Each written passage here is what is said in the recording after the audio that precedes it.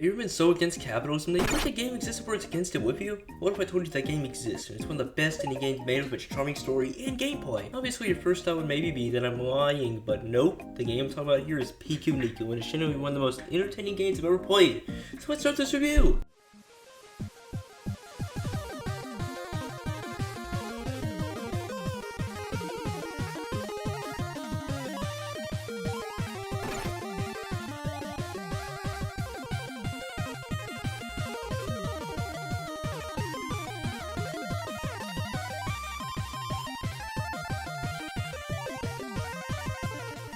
The story for this game follows a character named Piku, where after waking up in a cave, he decided to go on an adventure to complete different tasks with these different villagers, while with shared love for the philanthropist Mr. Sunshine, who gives them free money.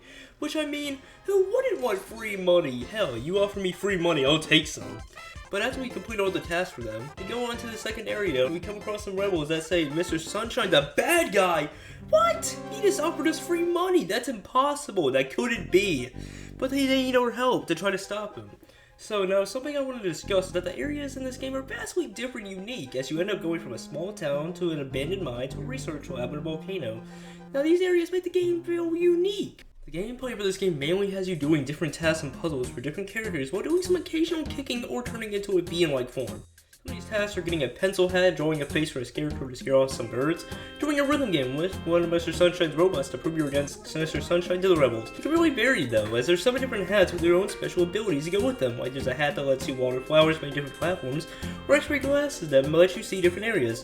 Plus the bosses have different gimmicks to them as well, as one of them has you dodging water blasts on floating platforms, to running away from one with to activate a laser to destroy it. And while there's 5 bosses and only 4 being robots with different gimmicks, it doesn't come off as lazy or unoriginal due to the different gimmicks they have. After you defeat the robot boss in the mine area, Mr. Sunshine has had enough of you ruining his plans, so he captures us and traps us in a cage at his company. But then we break out and find he's planning on destroying all the areas by having the volcano erupt. And he's gonna build a perfect society on top of it. Now if you're thinking this is bad, he also had experimented on villagers you found during the earlier parts of the game to make perfect citizens? What? Which look really bad, plus they're harmless? So just feel free to hit them, I guess. But after doing some more puzzles, we find Mr. Sunshine and we have to try to catch up to him.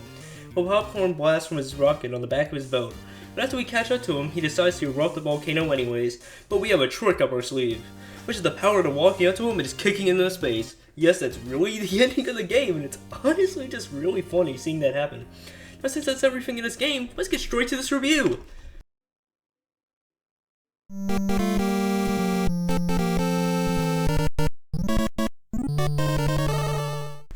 Pikuniku is a charming indie game that has great gameplay, a funny story, and villain. While it's not as good as other indie games like Deltarune and Undertale, it's still a great game. Plus not to mention its great locations you can explore, the different hat mechanics, and its soundtrack. Plus by the time this video is being made, a sequel is being made as well. So I'm sure it'll be even better than the first game. Now I personally think this game deserves a great, and I think everyone should drop everything they're doing and play this game if they have. Hey everyone, I know I haven't uploaded in a long time, but I've been really busy, but I'm sure to have new uploads out at a more consistent pace, and while I typically don't do end cards like this, I just wanted to do one so I can better explain, like, why this video is short, which, the game was like 2 hours. I tried to cover as much as I can, but there was just really not much, and the game was just really good, so like, I feel like I covered most bases with it. I'll try to have more videos out on a more consistent pace, like I should have some new ones like out in a couple weeks, hopefully. If this video like gets out on time. But yeah, I'll be sure to see you in the other ones.